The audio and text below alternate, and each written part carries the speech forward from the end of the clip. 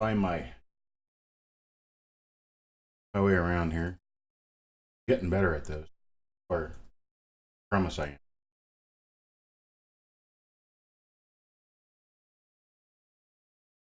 You hear me sniffle a little bit. I think I'm catching on.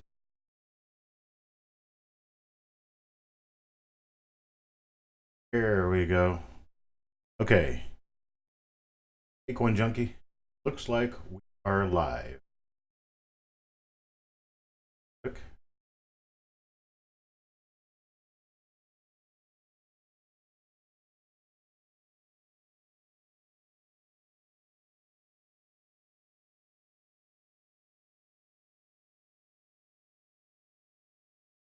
Here we go. What we've got in here. Can you hear me? No sound. How is that? Huh. Weird. Let's see.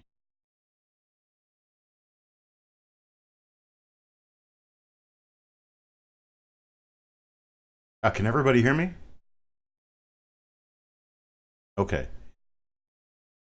Let me move this around a little bit. There. Now I'm talking directly into the mic and you should hear me. All right. Try to see. I've only got 14 people in here right.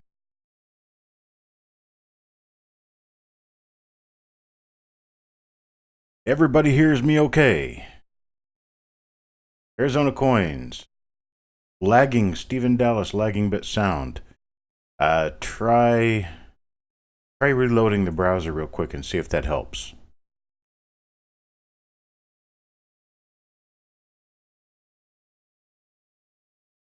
Send Hoarder says I'm all good. And Hidden Numismatist says everything is wonderful.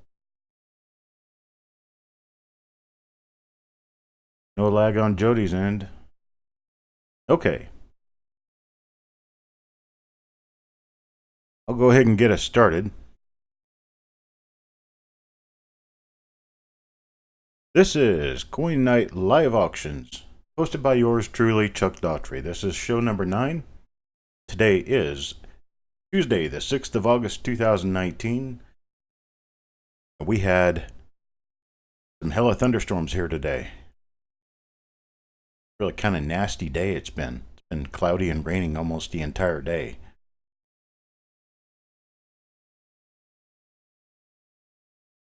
Alright, I'm going to go ahead and get started on the show itself. Any questions before we get there?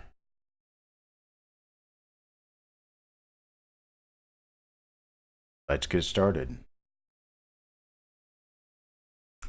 This is going to be my first auction item for the night. This is a 1945 silver wartime nickel in roughly extremely fine condition, and it has a clip.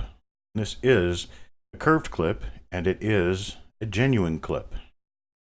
One of the ways I can tell it's a genuine clip is see how the rim ends at kind of a ramp right before you get to the clip. That's where the metal, the rim didn't have enough metal there to fill it up because of the clip. So it's obvious that the piece missing out of the planchet was missing when the coin was struck. Got lot 329 here. First lot for the evening. We're going to start it at $15. These are actually quite scarce when you get into clip planchets on war nickels. Nickels in general, it's not that uncommon. But for a war nickel, it's pretty uncommon to get these.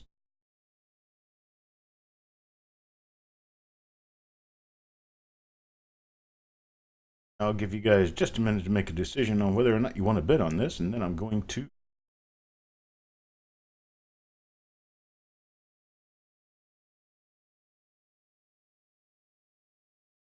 All right, no bidders yet. I'm going to pass on this item, move on to the next one. This is lot number 330. This is a 1981 P. Washington quarter is off center. Struck off center. You'll notice that there's a little bit of a scratch on the head. I think that could be a part of the minting process, but it's damaged nonetheless, so bid accordingly. This is a very nice coin, though. Nice, bright, uncirculated coin.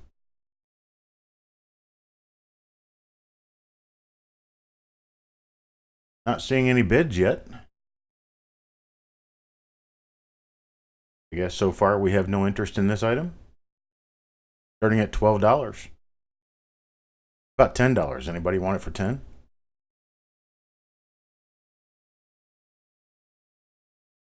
We'll get a bid of $10 in there. Hidden numismatist. Got a $10 bid. Go ahead and start the clock on this one. Of course, the clock has to be up to a point where you see it. There you go. Hidden numismatist has a bid of $10 in there.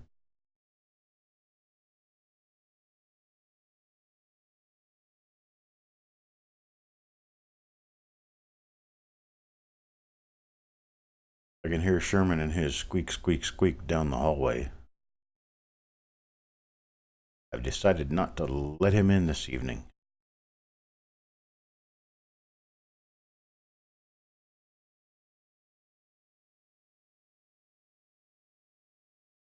This one is a nice error. It's not easy to find these at all, especially uncirculated. The 1981 P was just before the years with $300 uncirculated rolls.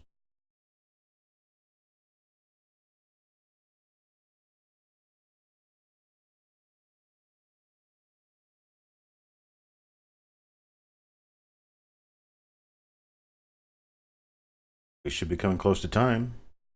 There we go. Hidden numismatist is the winner at $10. Thank you, sir. Moving right along to the next item. We have a 1928S Standing Liberty quarter. This one's special because the mint mark is inverted.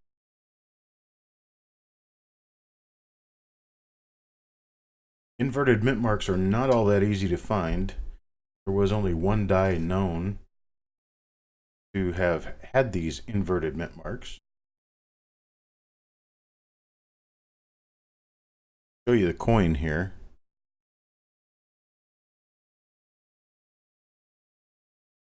See where the top of the mint mark is a lot thicker than the bottom of the mint mark. That's your sure sign that you have the inverted mint mark. The thick part should be on the bottom, not on the top. I'm going to start this one off at $19. Cherry Picker's Guide has these at far more than this value.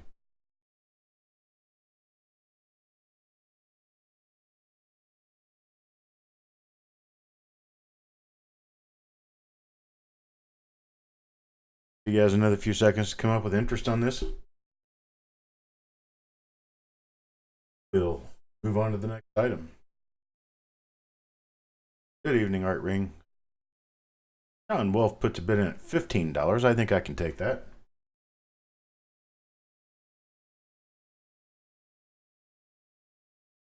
A $15 starting bid on this for John Wolf. But he wants it more than him to bid more than $15. Go ahead and start the timer on this. This is going to be somewhat of an abbreviated auction. We've only got about 25 lots. And all of them are one-off. I don't have any duplicates or any secondary items. And additionally, this will be the last auction that I will hold before moving to Carolina, as far as I know at this time. There could be some chance that I may run another auction before I move, but I highly doubt it.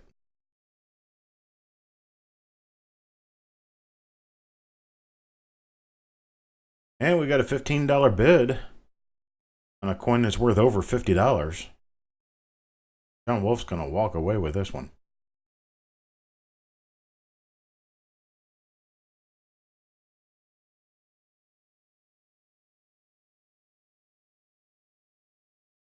Hey, Robert.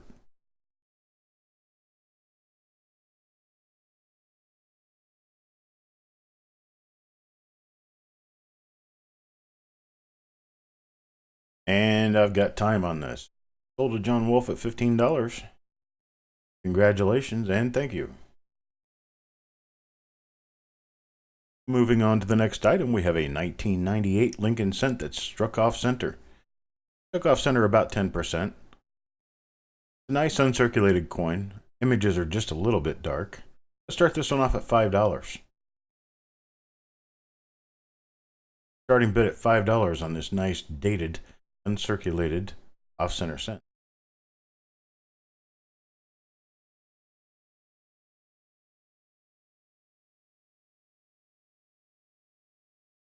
Getting the interest out there. It needs to come in the next few seconds. I'm about to move on to the next item.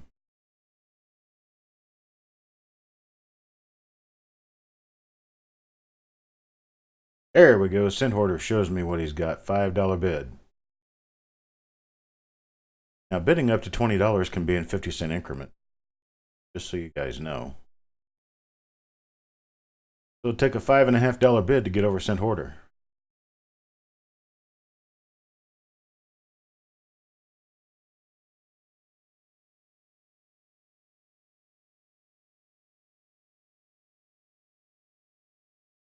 These are rather uncommon with full dates. This one just happens to be the close AM, which is normal for 1998 instead of the other, white AM, which would be a rarity.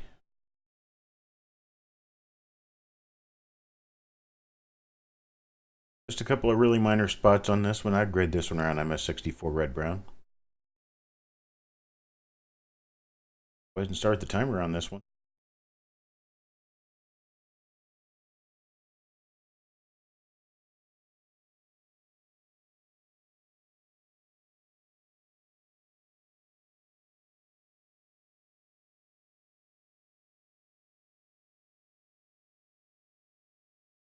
Get Jody call time until Brady comes back.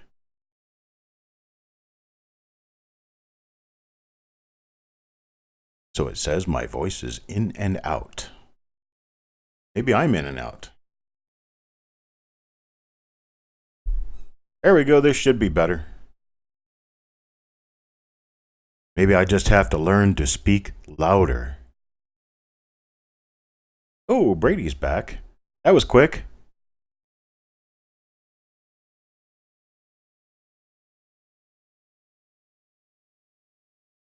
James, tell me if I'm sounding any better now. My voice might be in and out because I'm not speaking as much. I do need to figure out whether or not the microphone is actually working properly.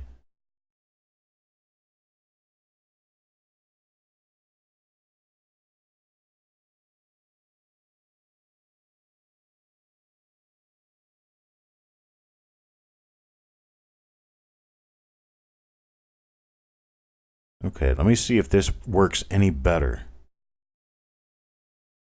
I changed a setting.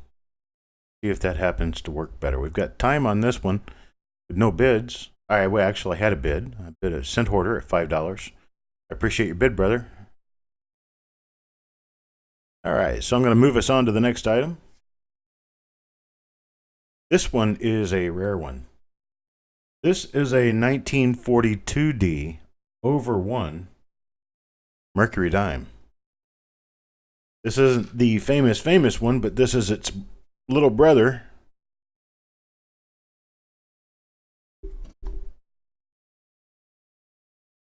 Working on bringing my microscope down to a point where I can show it to you.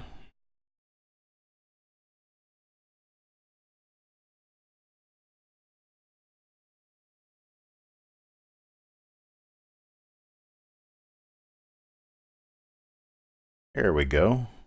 Let's start this one off at $175. This one in this condition is worth at least $300. You can see we're just to the lower left of the bottom of the 4. There's another bottom of a 4. And inside that opening of the 2, you can see part of the 1. That's about all you get out of the D-mint. Philadelphia Mint, of course, is a much more bold coin. But this one, you actually have that 42 over 41, and at $175, this is a steal.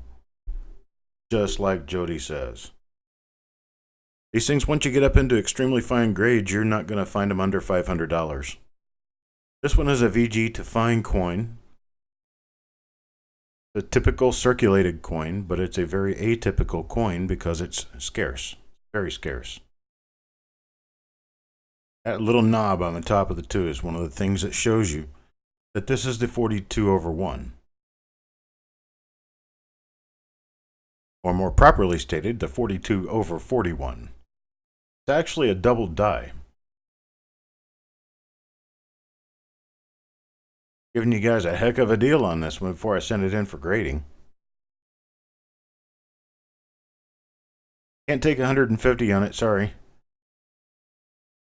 175 is the lowest I can go on this.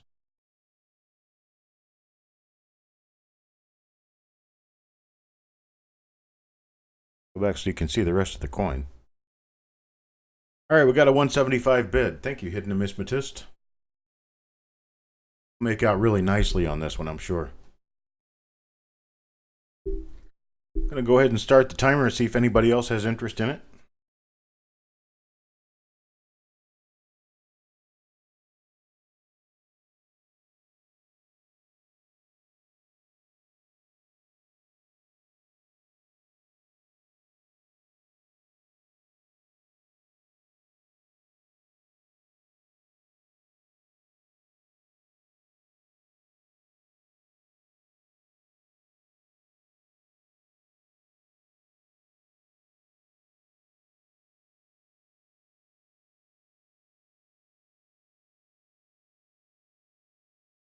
Let me know if anyone hears anything different about the way my microphone sounds tonight.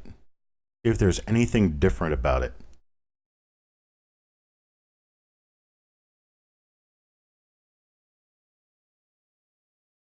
So Amber has no sound. Okay, there it is. Probably had no sound because I wasn't saying anything, right? Yes, VG to fine.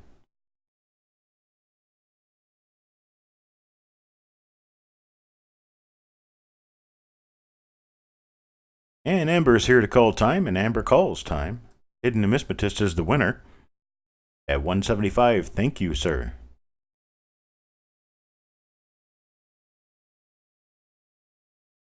Moving on to the next item.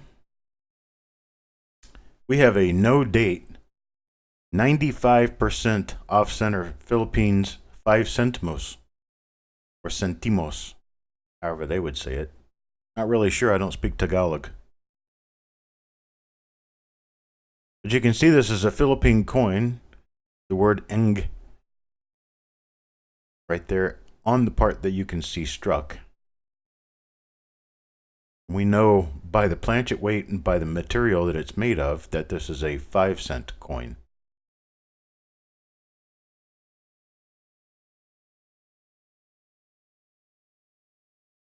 Starting this one off at $7. Any interest in an off-center foreign coin at $7.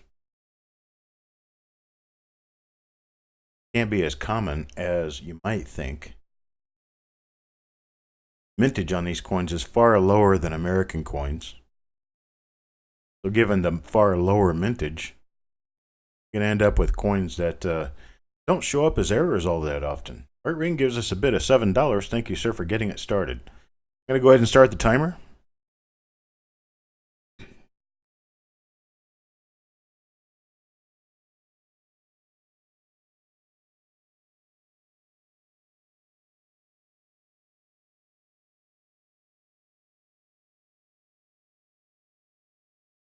And Hidden puts a bid of $7.50 up there.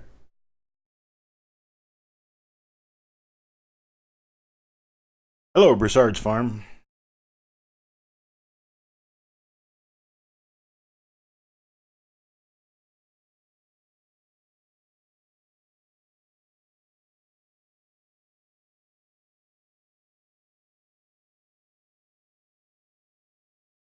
Got less than 30 seconds left on this one. And Hidden Numismatist has the high bid of $7.50.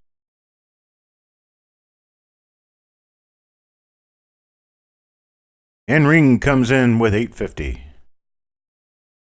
Thank you, Art. Hidden Numismatist comes in at $9. And will there be any more action before time? No. Time is called. Hidden Numismatist wins it at $9. Thank you. Thank you for your bids, Art.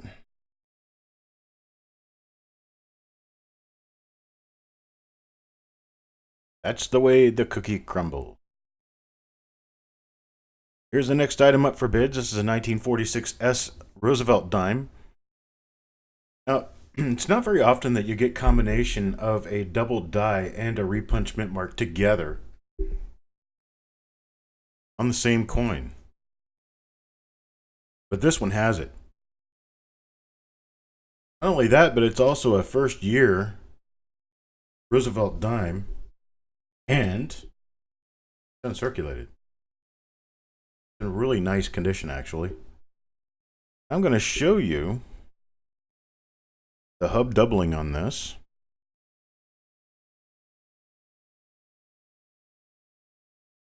There you go. Take a look at that. See it on the E, the R, the I, C, A. See it on the leaf. It's up top. And then it's on unum. Comes down around dime. Very, very scarce double die. This is FS501, noted for the repunchment mark. And that's it. You can see it has a north spread.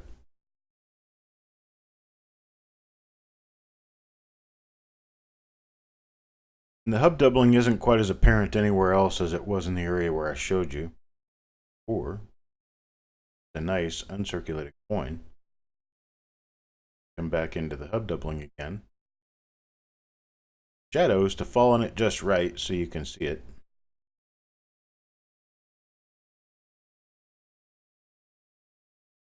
I start this one off at $39. I was looking at something different when I said that. Isn't it amazing how your voice really comes out the way your brain wants it to, regardless of what you think? Regardless of what you want to say, you end up saying what your eyes see. Kind of like having the word blue in yellow. You tell someone to tell you what color it is. They're going to read the word blue.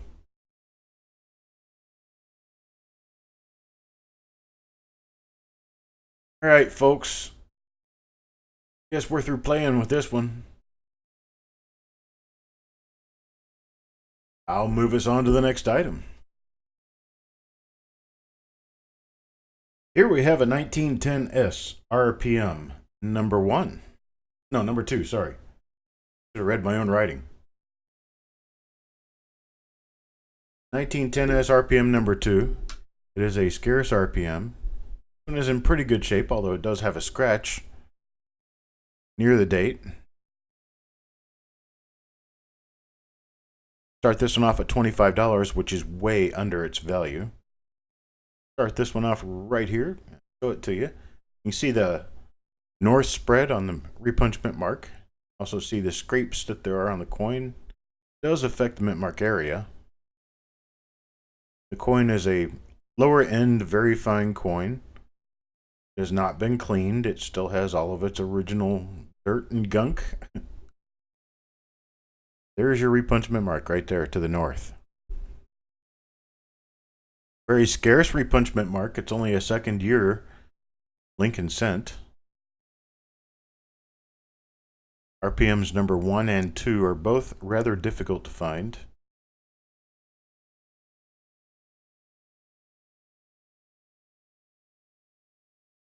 Looking for a starting bid of $25 on this one.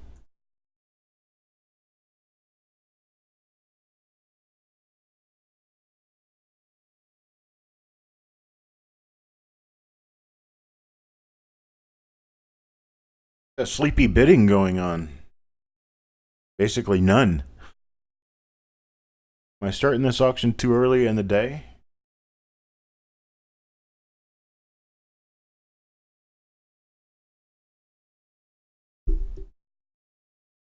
All right, I'll pass on this item, move on to the next one.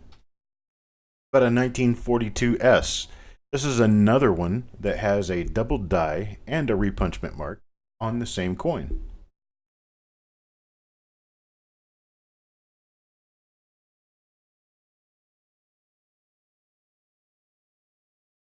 I'm going to start this off at $19.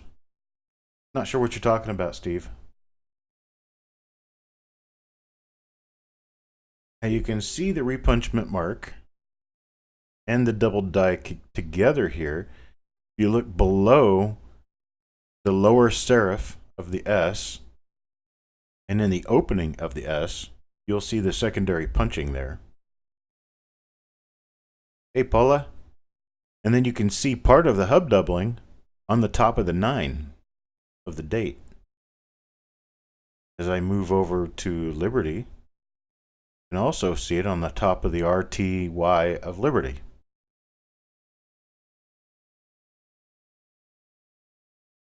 This is a double die repunchment mark combination, which is rather scarce for any series, including Lincoln Cents.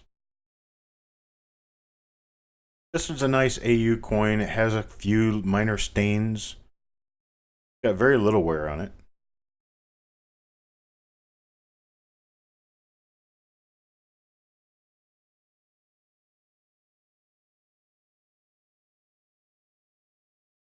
I'm going to count 5 chickens in my head, then move on to the next one.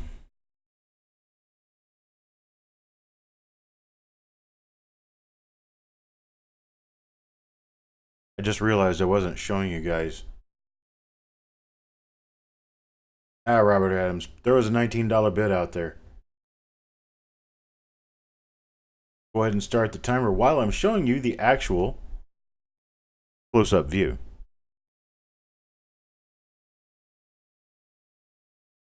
Come over here and show you that the top of the ERTY of Liberty is doubled.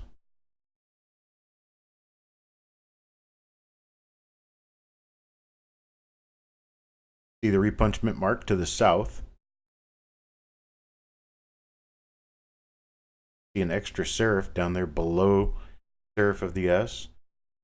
See the left hook of the S inside the opening between the left curve and bottom serif. Go back over before we run out of time. I'm showing about 15 seconds left on this one. We have an opening bid of $19 and nothing more so far.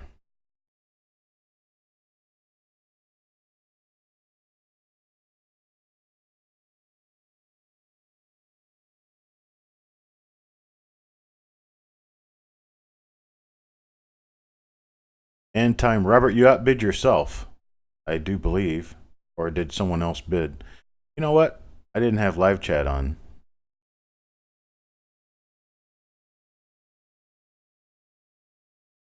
I'll have to have someone else call the amount because I cannot see where Robert was outbid.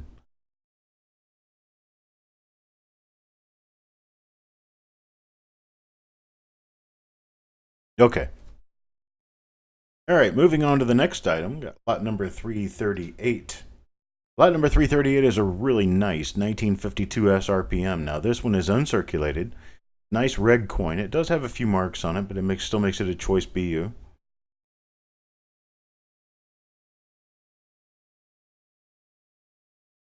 And as with the other coins this evening, ones that require some magnification to help you out, I'm going to show you this one. This one has a really nice east spread. See an extra light, really. There you go. See an extra curve, lower curve to the S mint mark, popping out to the east.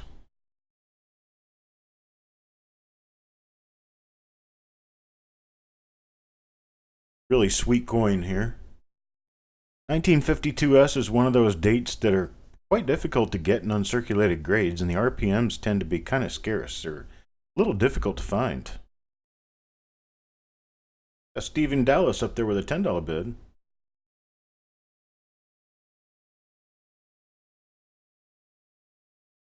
Benjamin, you'll need to send an email to coppercoinspayments@gmail.com, telling us your full name, your PayPal email address, and your YouTube screen name.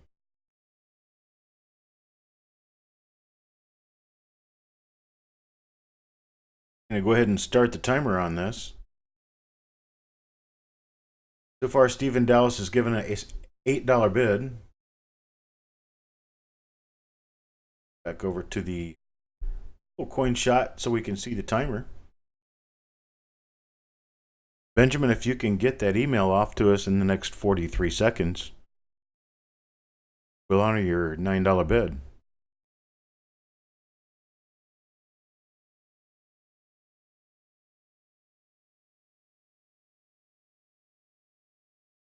Hi, Paula. Hope your son's doing better. You have a great night, too.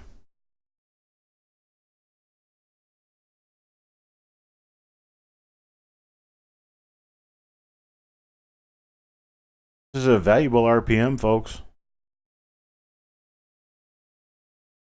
Down to 10 seconds.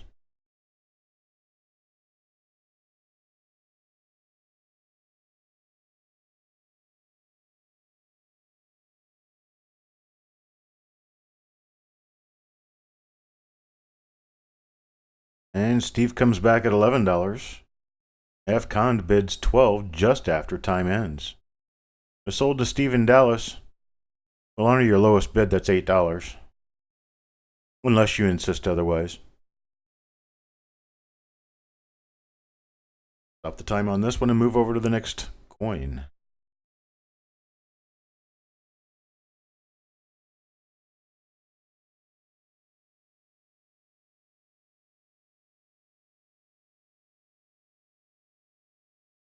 All right, so we've got lot number 339. This is a 1957D double die reverse, number 1, listed by Koneka.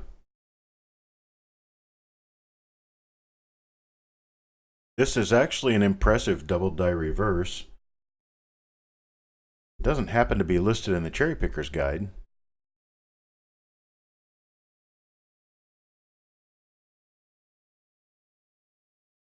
Trying to get it situated so that it's easy to see.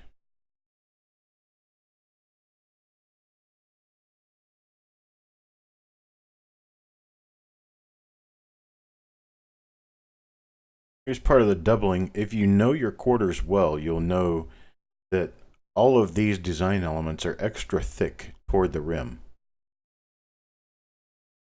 Show you the ones higher up, top of the design.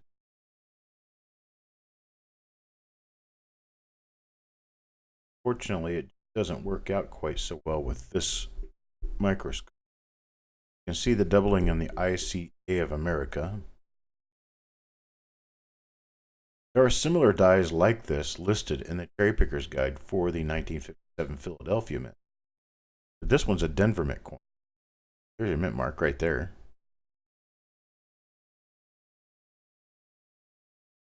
And it has quite a nice Class 6 spread on it.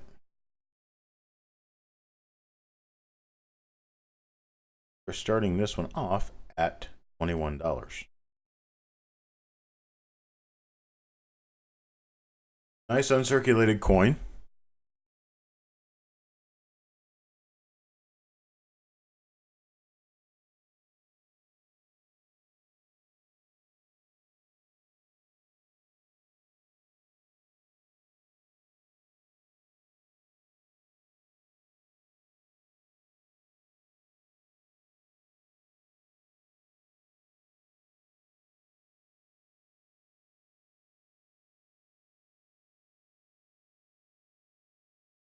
Guess we have no interest in it. I'm going to move on to the next item.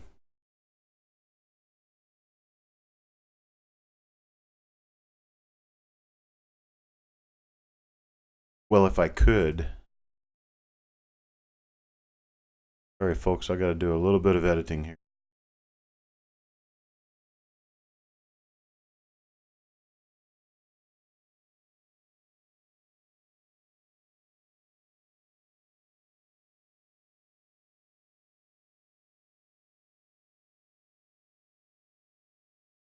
Okay, now on to the next item.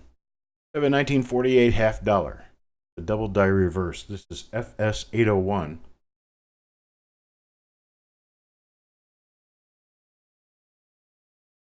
What adds to it is that this one is uncirculated.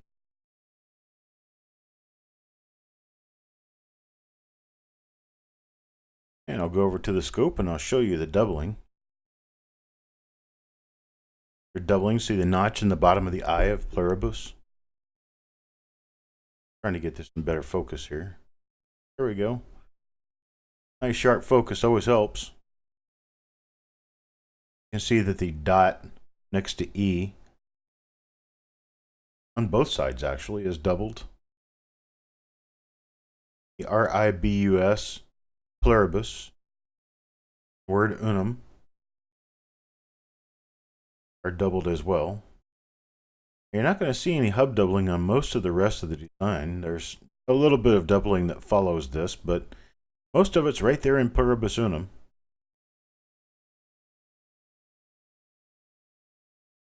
You can see the doubling is pretty strong at the bottom of the P.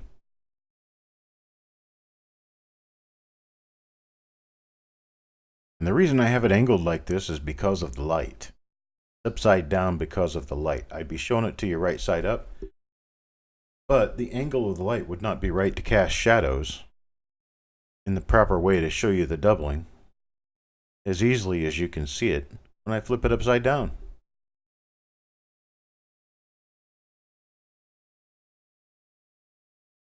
Bell lines, it doesn't have complete full bell lines. In order for full bell lines, those lines have to be complete on the right and left side crack on the bell.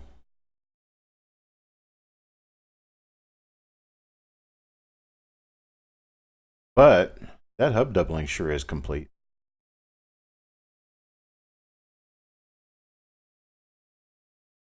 And I think I'm just going to skip this item and move on to the next one.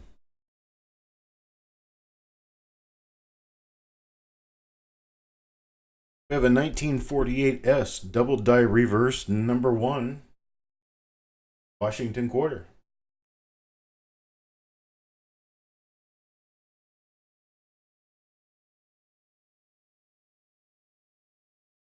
Now this double die is actually quite impressive.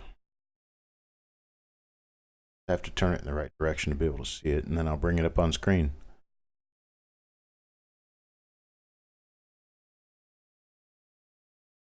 Well, I can see it without this camera.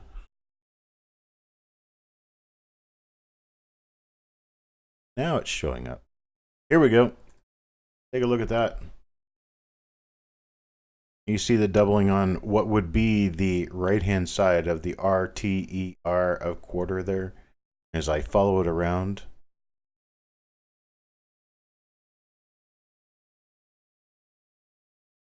Follow the doubling almost up to United. You can see it pretty easily on quarter dollar.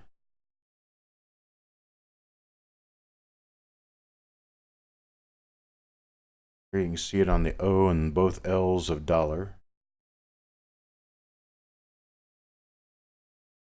There it is on the A of America.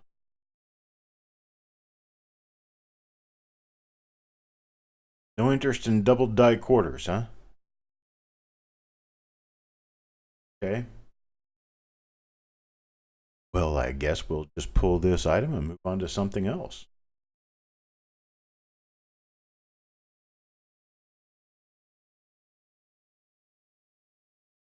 About that. Really nice mercury dime with some beautiful toning on it. Hit this one up at $15 as a starting bid. That color is realistic.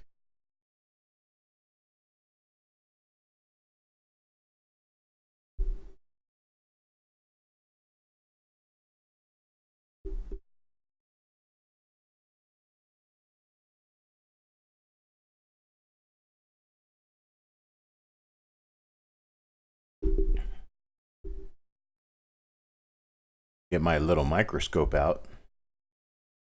Take a look at that.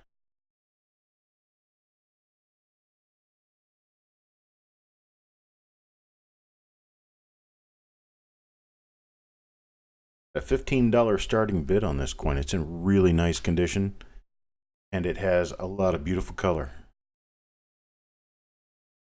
Of course, the color is not going to show up nearly as well under the scope as it did in the camera. We'll go back to the camera shot. Yes, it has full bends. I can scoot in and show the full bands on this.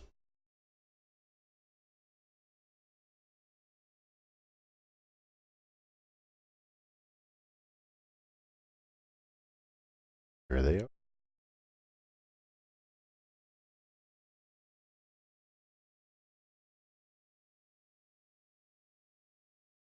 Nice uncirculated coin, beautiful toning.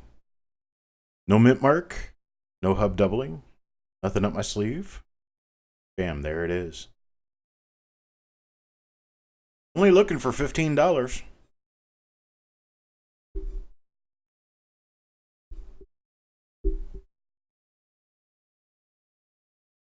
Okay, FCon brings us up to $15 on this one. Thank you, sir.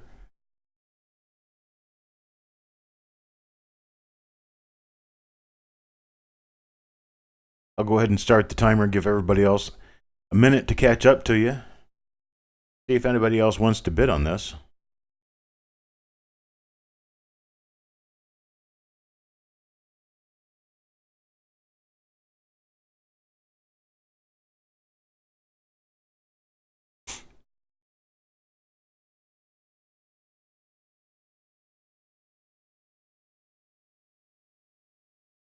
I would have to guess that this, with the eye appeal of the toning, should probably grade somewhere in the neighborhood of 65.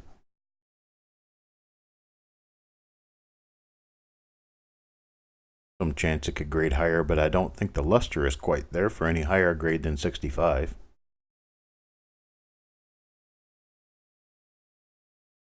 It's the color that really makes these outstanding.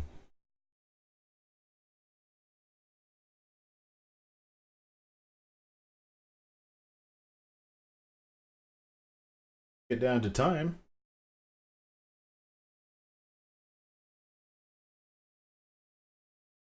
It looks to me like F. Conda is the winner at $15. I appreciate your bid, sir.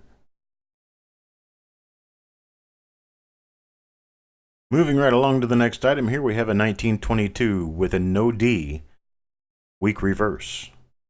In good condition. Even though it doesn't have a full rim on the reverse, these things are very common to not have a full rim on the reverse. You can see that the 2-2 are thinner and quite a bit more sharp than the 1-9. That's part of your marker for this being one of the no D dies. I believe this one is die number 3. It is a weak reverse. I'm going to start this one off at $55. Here is your chance to get a 1922 no D for under $100.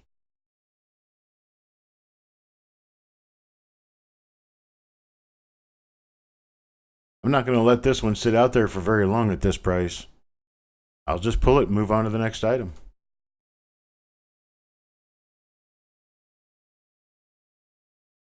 Starting bid of only $55 on this, folks.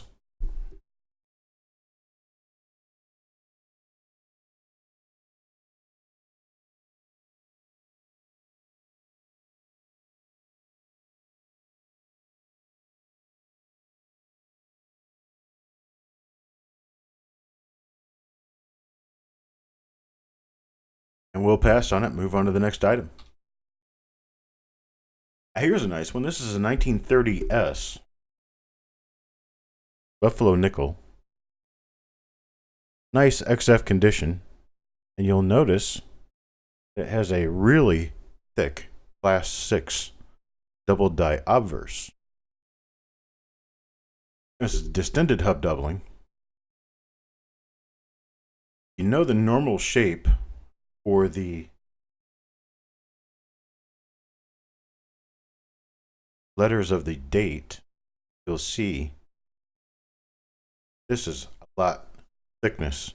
Shouldn't be there. Look at the bottom of the 9, the bottom of the 3.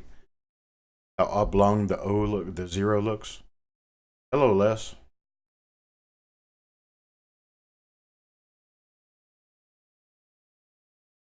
Yes, Alan, you missed the 22 no D. Talk to me after the auction if you like it. Look at the extra thickness on Liberty there.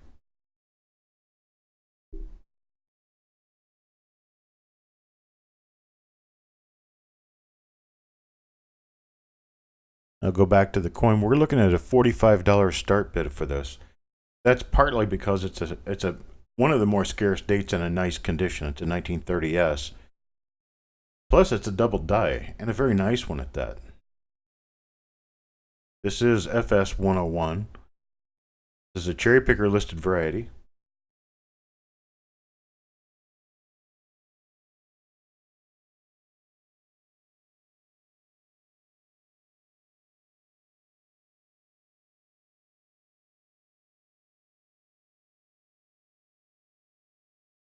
Not getting any bidders. Looks like we're having an issue with the internet. Could be an issue with the internet, could be a number of things.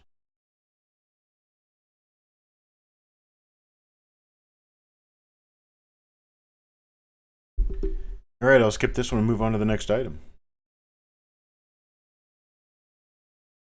Here we have a 1945 Jefferson nickel. 1945. This should say D. 1945 D Jefferson nickel. It's a wartime nickel. This is a DDO and an RPM. It's listed as FS 101.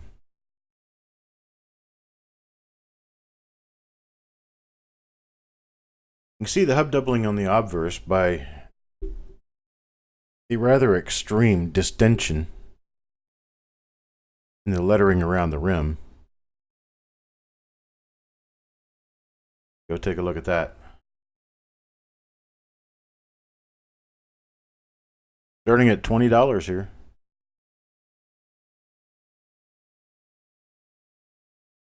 Is that part of it? Get over to the date.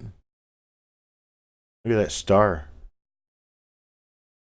How stretched out and distended this is.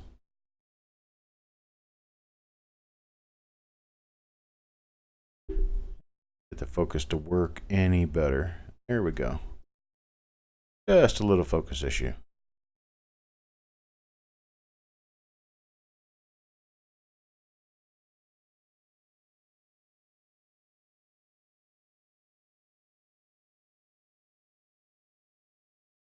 Now let me flip it over and show you the repunch mint mark. Yeah, the repunching is actually very minor. It's up there in the top right corner on the inside of the D. Not easy to see. There you can see the separation on the inside of the D at the top. Then there's one little bump below the D. D over D south.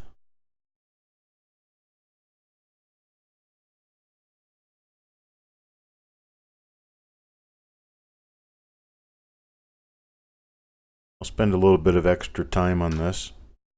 For those of you who are lagging badly, will have a chance to bid on this one. Because this at $20 is an absolute steal coin. You also notice the color changes. Can't lie about that stuff. Really nice colors on this coin.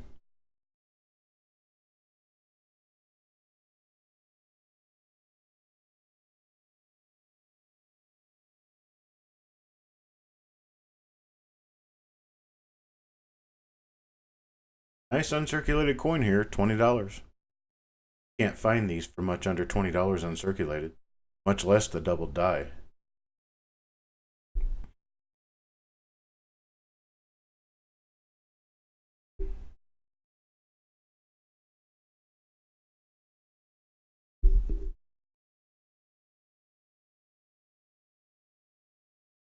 All right, I think I've given it enough time. We're going to kill this and move on to the next item. Next item is a 1981 20 centavos from Mexico, and it's off center. About a 15%, 10 to 15% off center. These are not easy to find.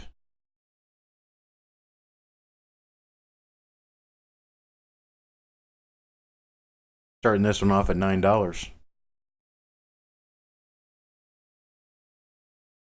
Victoria gives us a $9 bid. I appreciate it.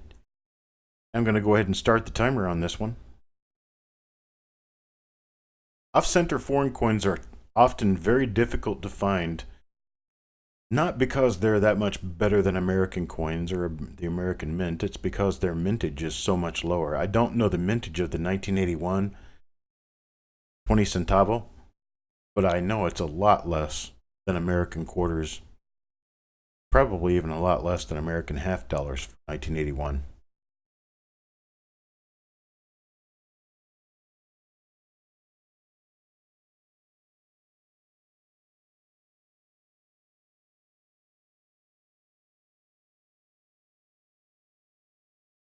Hey, Blue.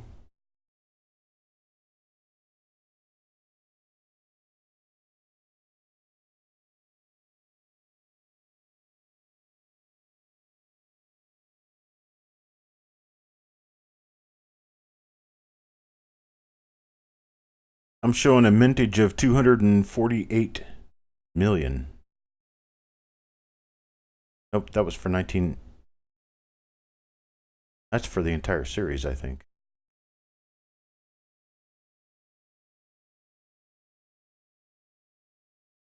Nope, 250 million.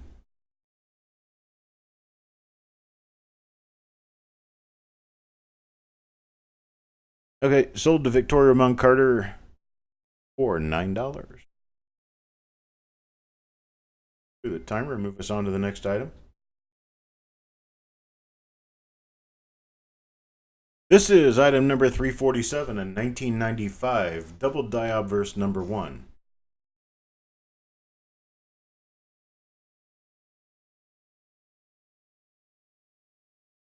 As major double dies go, this one's kind of common, but it's still very nice.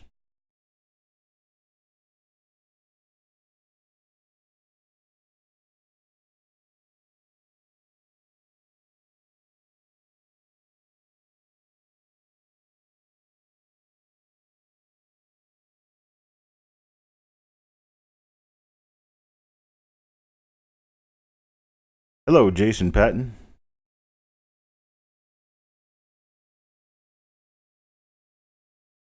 Let's take a look at this one up close.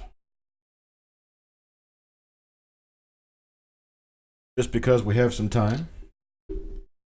And, as I said so. About that. And nice, clear focus on this coin. There's your doubling, your notching that's ever so famous about this class of hub doubling. When we look at Liberty, Stephen Dallas gives us a $13 bid on this one. You'll also notice that class 5 hub doubling is pivoted from a point near the rim. The point that it was pivoted near the rim is exactly opposite this area right here. So if we go exactly opposite that area, you're not going to see a whole lot of doubling at all. That's because this is where the pivot point was. In fact, there's not really any doubling on the date, except on the bottom of the 1 and the 9, you can see just a little bit of extra thickness. I'm going to come back across and show you Liberty. Liberty is nicely doubled.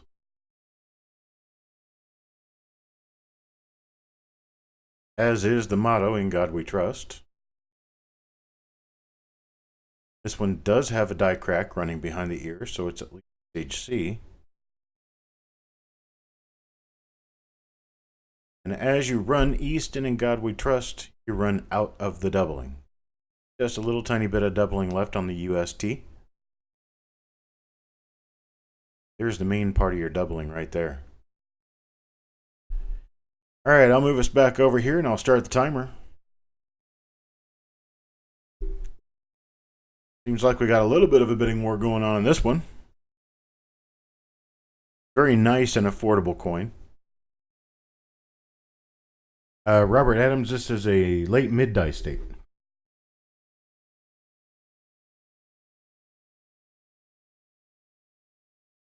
I know that because of some of the markers that are happening on the coin. There's some breaks and other things beginning to happen that did not happen in early die state. But it is still a very nice coin, and it has very well-defined doubling. This is one of those things, you can see these things from a mile away. This one has doubling. You can see it in the photograph that you're looking at now. You can easily see the doubling in Liberty. That's right, crispy.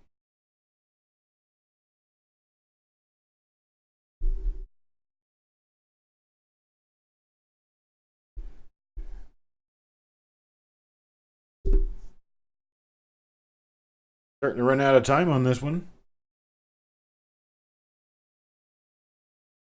And time expires. Stephen Dallas is the winner at $18. Thank you, Steve.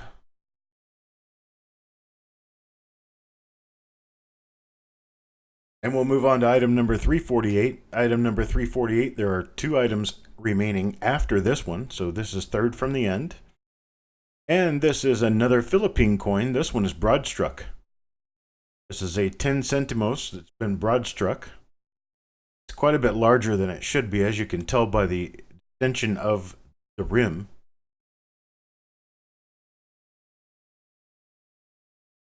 This is a very nice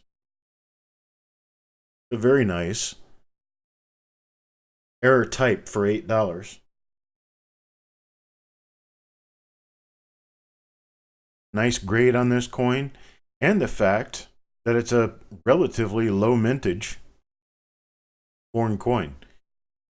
American coins generally have a much higher mintage than foreign coins, giving them a lot more opportunity to come out as error coins. Even though the foreign mints typically do not mint at the same quality as American mints, their production of errors like this is not as high as you could imagine, like with the counterfeit mints China has. Have no quality control at all. Whereas these mints, the foreign mints, especially the Philippine coins were minted in the United States for a long period of time. I'm not sure whether or not these were minted in the US.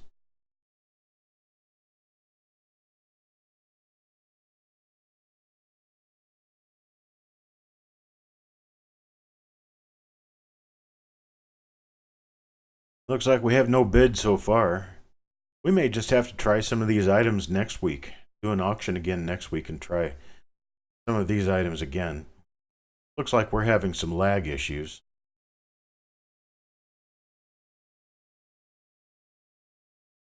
Yeah, but I'm thinking there was a lot of people out there who would like to be bidding, but they can't because by the time they get their bid in, I've already moved on.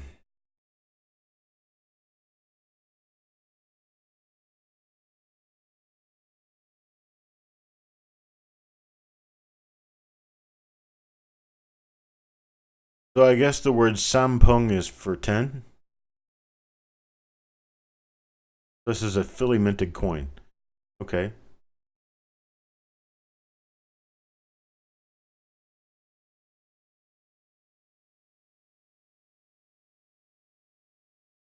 Yeah, it looks like we're probably going to end up needing to just squash this auction and move on.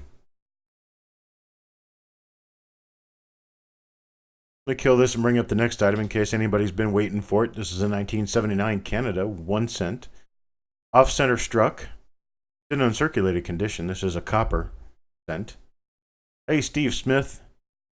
You're coming in almost at the end of the auction. It's 8 o'clock now. We've changed the time.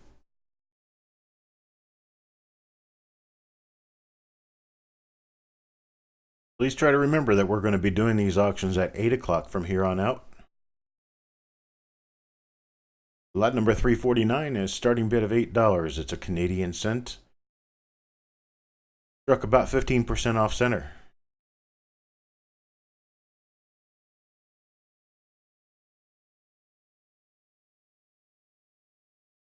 And Steve, you haven't missed much because tonight we're having a lot of problems with YouTube lag.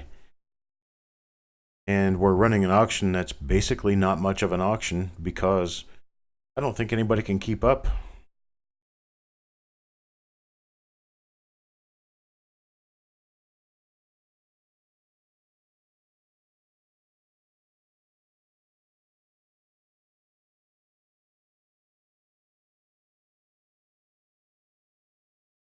You'll probably just have to keep reloading the page. I had an instance of it up on the browser and I was still at lot 333. So forgive me if you guys can't keep up with the auction tonight. I don't know what your computers are doing. I'm not sure. 42 DDO. 42 DDO what? 42 over 1. The dime. It sold. All right, let me move on to the final item of the evening.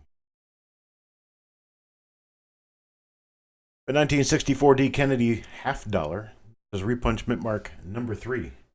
FS503. It is listed by the Cherry Picker's Guide. And I can start this one off at $12. This is a Cherry Picker listed variety.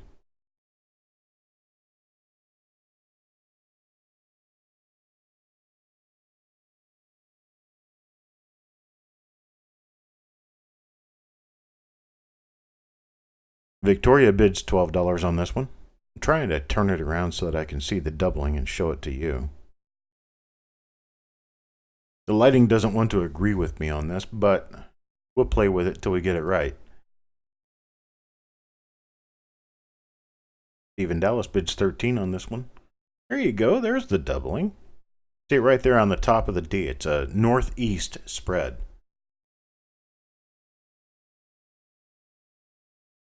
Steve Smith, reload your browser.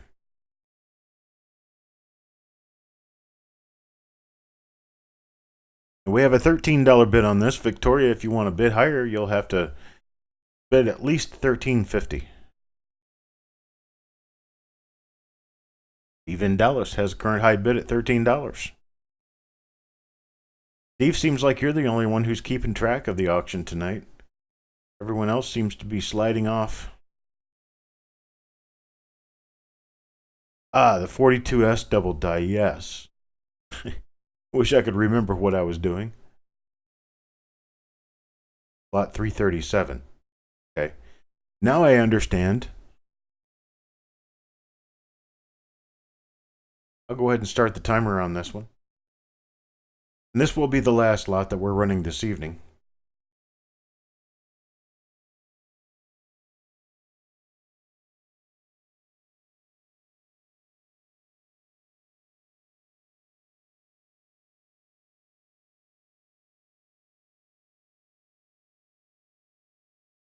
And this will be your last chance to bid on this 1964 Kennedy half dollar, FS503, at above $13.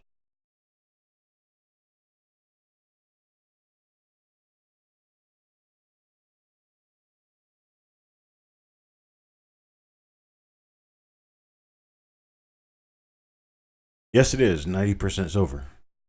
As all 1964D Kennedy half dollars are, this is a 90% silver coin. The only year they came out in 90% silver. The previous year was the Franklin half dollar, and the year after this, 1965, they went to a 40% silver composition. Victoria Ramon Carter bids $13.50.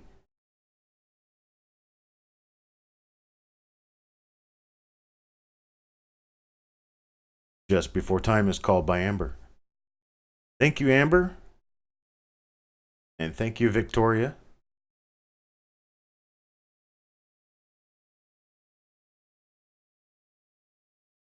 Okay, so we have a bit of a quandary tonight. Seems that we ended up having an auction full of dead air for a lot of people. The 45D did not sell. I wanted to try to get somewhere between $30 and $50 for that. I started it cheap because I figured there would be a bidding war, and well, unfortunately, it didn't work out that way because the wonder of today's technology and videos, as it may be, and live streaming isn't necessarily always live for everyone.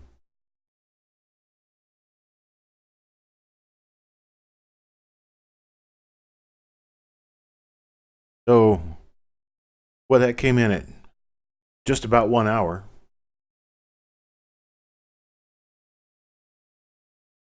Robert Adams wants to bid $30 on the 45D Jefferson. Live-ish? Yes. Live-ish. If I can find that Jefferson.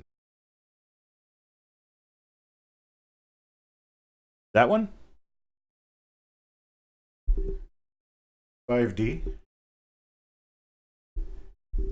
Let's get it going again. If anybody out there wants to bid on it, I'll get it out and I'll stick it under the scope and get it started. Lot number 345, we're going to start it off. Robert's already bid a $30 bid on this one, Steve.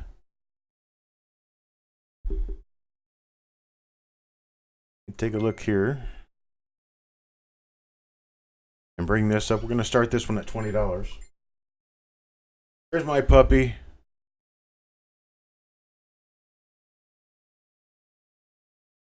Let me go ahead and bring her up on this one.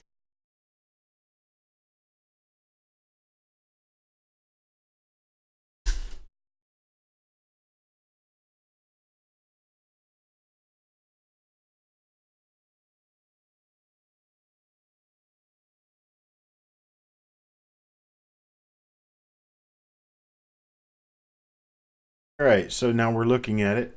See if anybody catches up, wants to. Yep, current bid is $30, Robert Adams. This is a very nice and very scarce double die. For it being on an uncirculated coin, this is one seriously nice coin here. Hello, Mr. Claggett. We have a very slight repunchment mark on this one.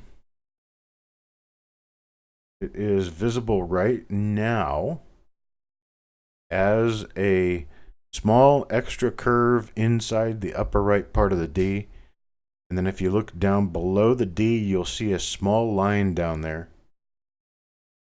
That line is raised. That's the bottom of a secondary D. But that part's not nearly as interesting. I believe this is RPM number 20. Not nearly as interesting as this. Massively severe spread you have going on the obverse. Go ahead and start the clock on this one. Give us one more minute. Yeah, it looks like the time change was a problem. Fortunately, I can't do auctions starting at 9 o'clock at night because it has me working until 2 o'clock in the morning. As it stands, if I started at 8 and it ends between 9 and 10 o'clock, I can work until midnight and I'm okay.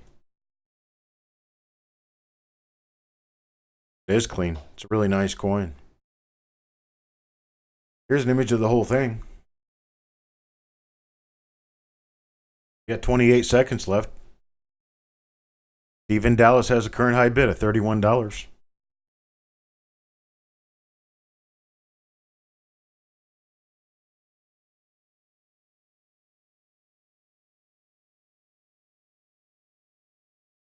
John Claggett comes in at $35. Robert comes in at 32. Stephen Dallas at 36.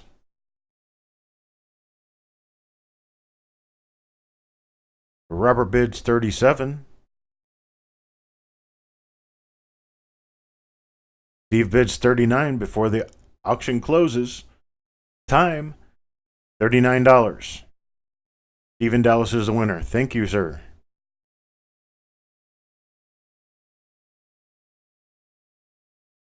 Les Wiley. You're asking about all 42 through 45. You're asking about the Jefferson nickels. I do not have those.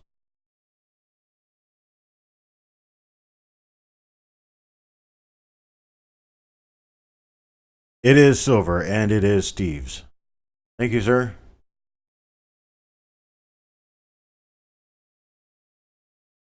Yeah, Les, I generally don't sell other than Lincoln Cents. And this particular auction has been really strange and really different, partly because I'm running a lot of coins that are not Lincoln Cents, but also because there's been a serious lag issue with YouTube this evening, and a lot of people have fallen out. We're not able to participate in the bidding portion of the auction, which kind of, well, it leaves a lot of money on the table, which is okay. I'm okay with that.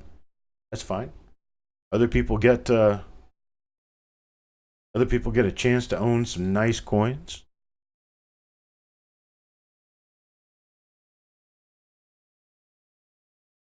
Yeah, YouTube was definitely a bummer tonight. I'm so sorry that it happened. I really wish it hadn't. Sorry not only for my benefit, but sorry for the benefit of you guys who really wanted to bring everything to the table and see what would we want to rerun. I'm looking at the coins now, trying to figure out what I would want to rerun. I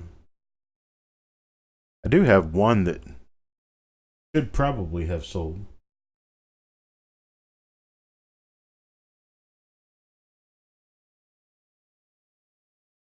That one.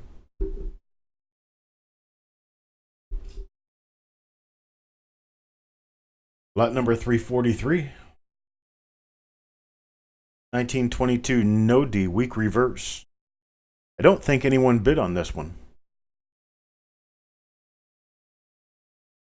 This coin is a $100 coin in this condition. It's a $100 coin. All right, so we've got some bidders now. Steve Smith comes in at 60. Steve Smith is the current high bidder at $60. Stephen Dallas bid 65. There we go. Now we have an auction. Yep, that's right.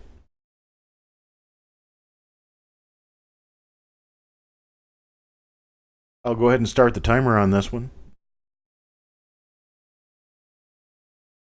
Just keep refreshing your browser and you'll keep up.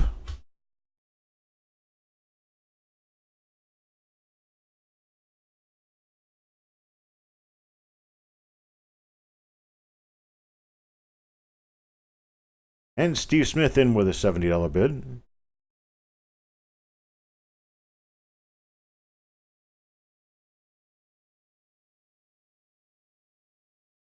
I think at this point we're finally getting over the lag. Just keep refreshing your browsers. Stephen Dallas bid 75. Got 30 seconds left on this one. And I'm probably about 6, 8, 10 seconds behind you guys. So I'm only restating the obvious of what's in the chat. Stephen Dallas is a current high bidder at $75.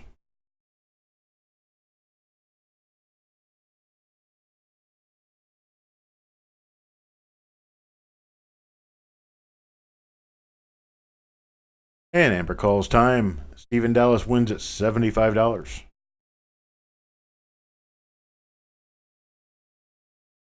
Thank you, sir.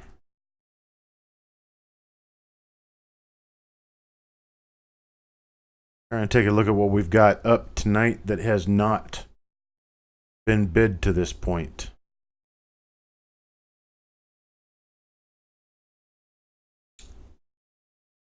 Okay, so I'm going to run back through the items that did not sell. That way, we'll give everybody one more chance on the items that did not sell.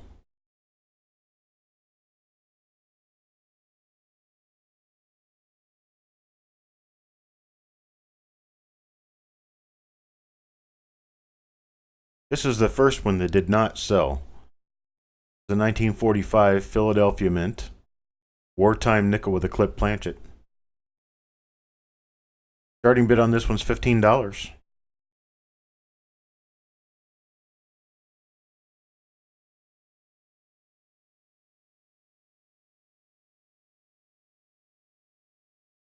Bring my chat back up so I can see what's going on.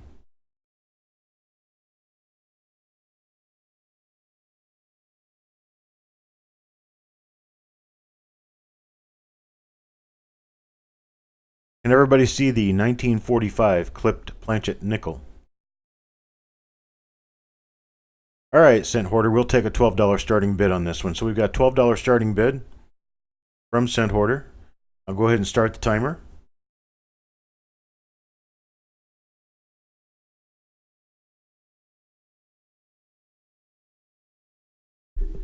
What I was talking about earlier with being able to tell when your clip is genuine is right here. You can see where the rim kind of comes to a ramp down right at the edge of the clip. You can see how weak the digits are going into the clip. And then here you have that ramp down again with your rim. That's how you can tell these things are real, because there's not enough metal to fill up the recesses in the die, because there's no metal there to begin with. That had to have happened during the strike.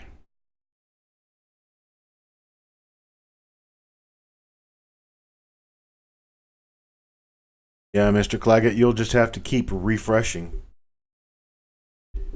We're going to go through and rerun the items that did not sell this evening. Okay, so Amber calls time on that. Cent Hoarder wins. Thank you, sir. The next item that did not sell is item number 335. Step through to item number 335.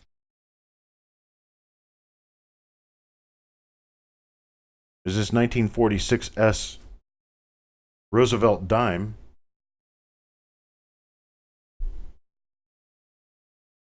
This is a major die variety.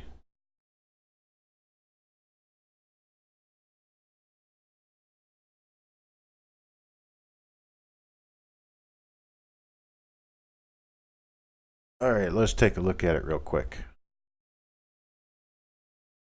I say this one's starting bid at $39. These things are valued at over $75 in this grade.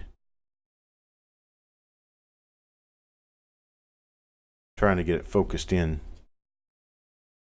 before I switch over to it and let you take a peek. Here we go. You see the doubling on the top of the E, R, I, C, A. And the doubling on the outside edge of the UM of unum.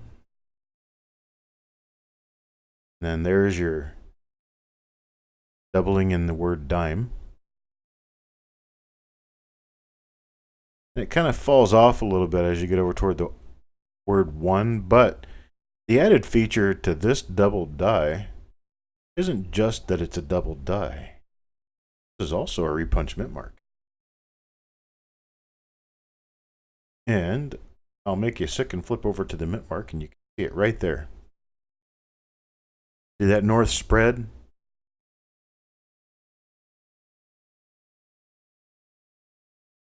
Really nice spread on this.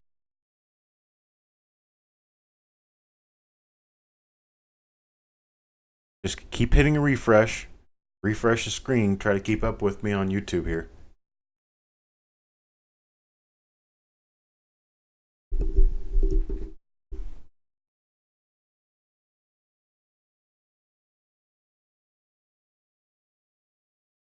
Come back over to the overall view of the coin. See that it's a really nice coin. Especially that reverse. Look how mark free that reverse is.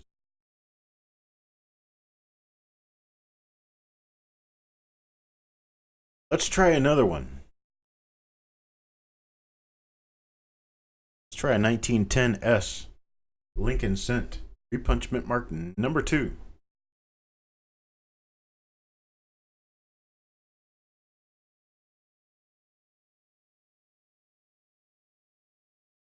There's the coin for you. I'll take a $20 starting bid if anybody wants to start me off at $20.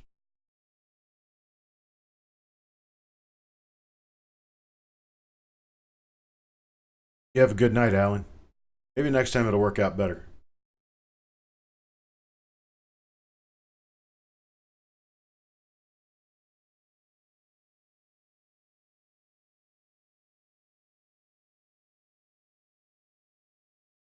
Can't take 15, Victoria, sorry.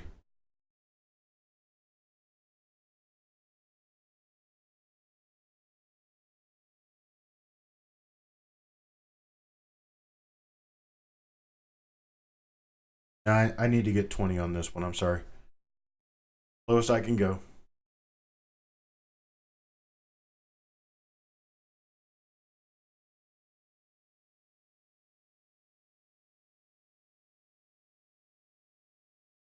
All right, Benjamin's got a $20 bid in there. I'll go ahead and start the timer. If there's any other interest above 20.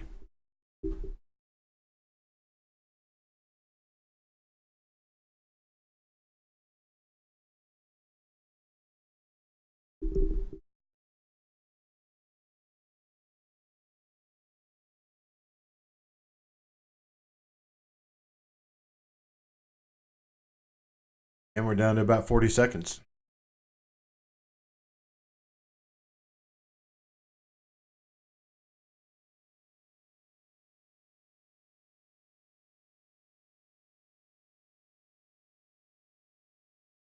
These are pretty scarce. And this is also an FS502. This is a cherry picker listed variety, meaning that they are recognized by PCGS, NGC, and the other grading services.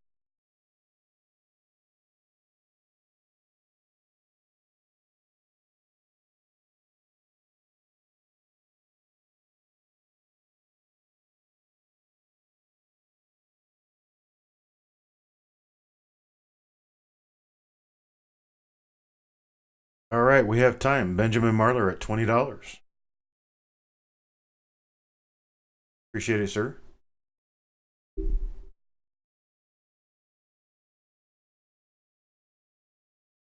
think I'm going to go ahead and call it here. Got too many people having too much lag to really have an auction. We'll just try it again next week.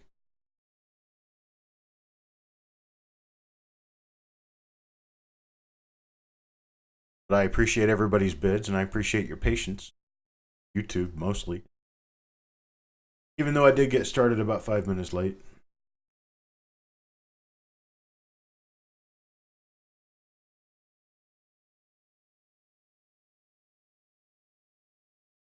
And no bids on lot number 335. I've already put it up twice tonight. Thank you, Hidden Numismatist.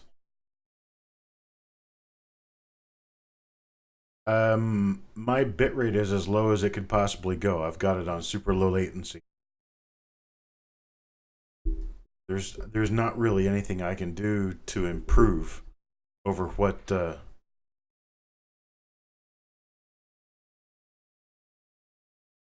you think it's broadcast altogether, huh? What's in the cabinets behind me? Coins. My inventory.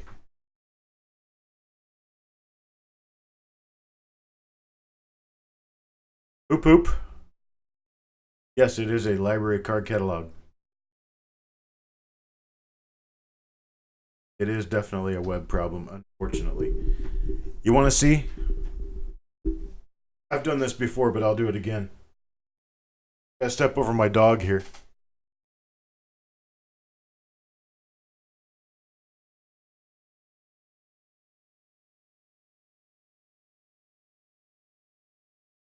Inventory.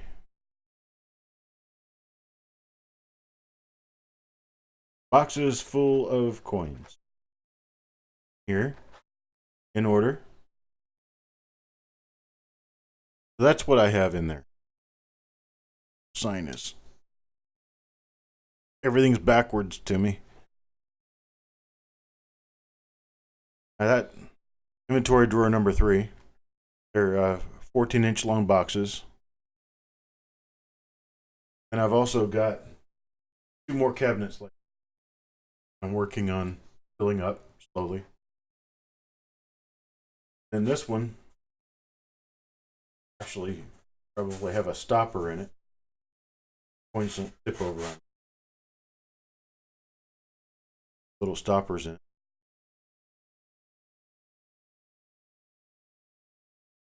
That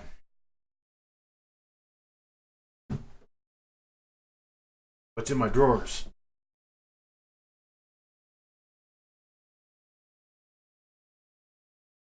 And I've got my dog laying down here at my feet,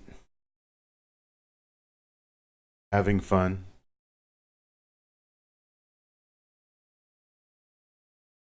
The stoppers that I have are actually a insulation foam that's used for packing electronics. And I got a hold of a bunch of it one time, and I cut it into squares about 2 1/8 by 2 1/8, so they squeeze in when I put them into the box with the coins. And then I use 2x2s cut down for the see if I can find one.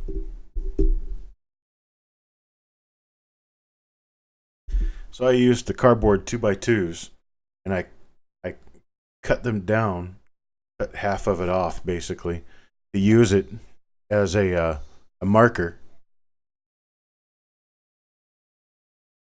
I could use the tubes also, but the problem with the tubes is that they're not variable length. Yeah, Steve, we're done with the auction.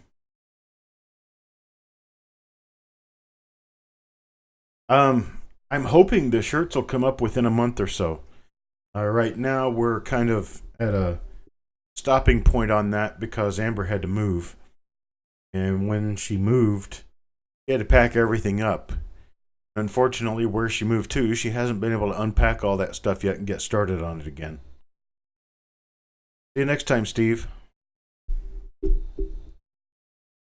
The next auction that we're going to have will be next Tuesday. Kind of forced my hand on it because tonight did not work well.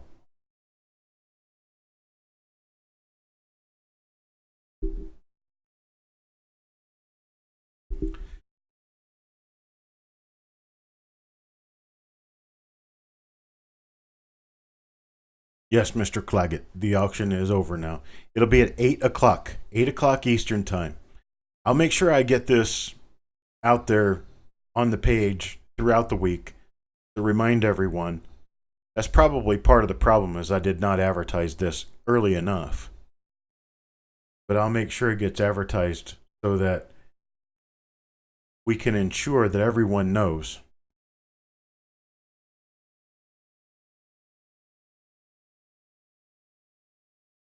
Hidden and Mismatist, you would still have first class shipping if you went ahead and had me shipped now.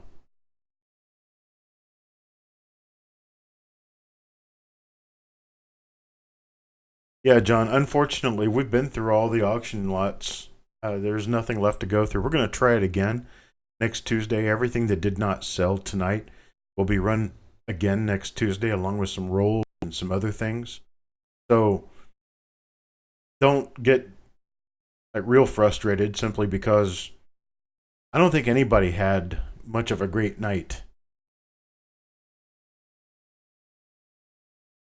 As far as the auction is concerned, other than the people who actually got things way too cheap. See you later, Victoria. Thank you.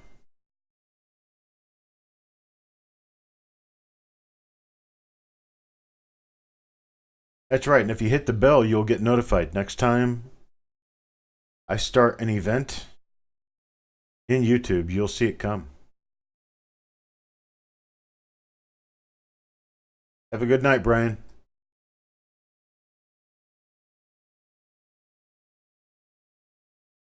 And on that note, with all the lag and everything being more or less unsuccessful this evening, I think I'm going to go ahead and call it an evening.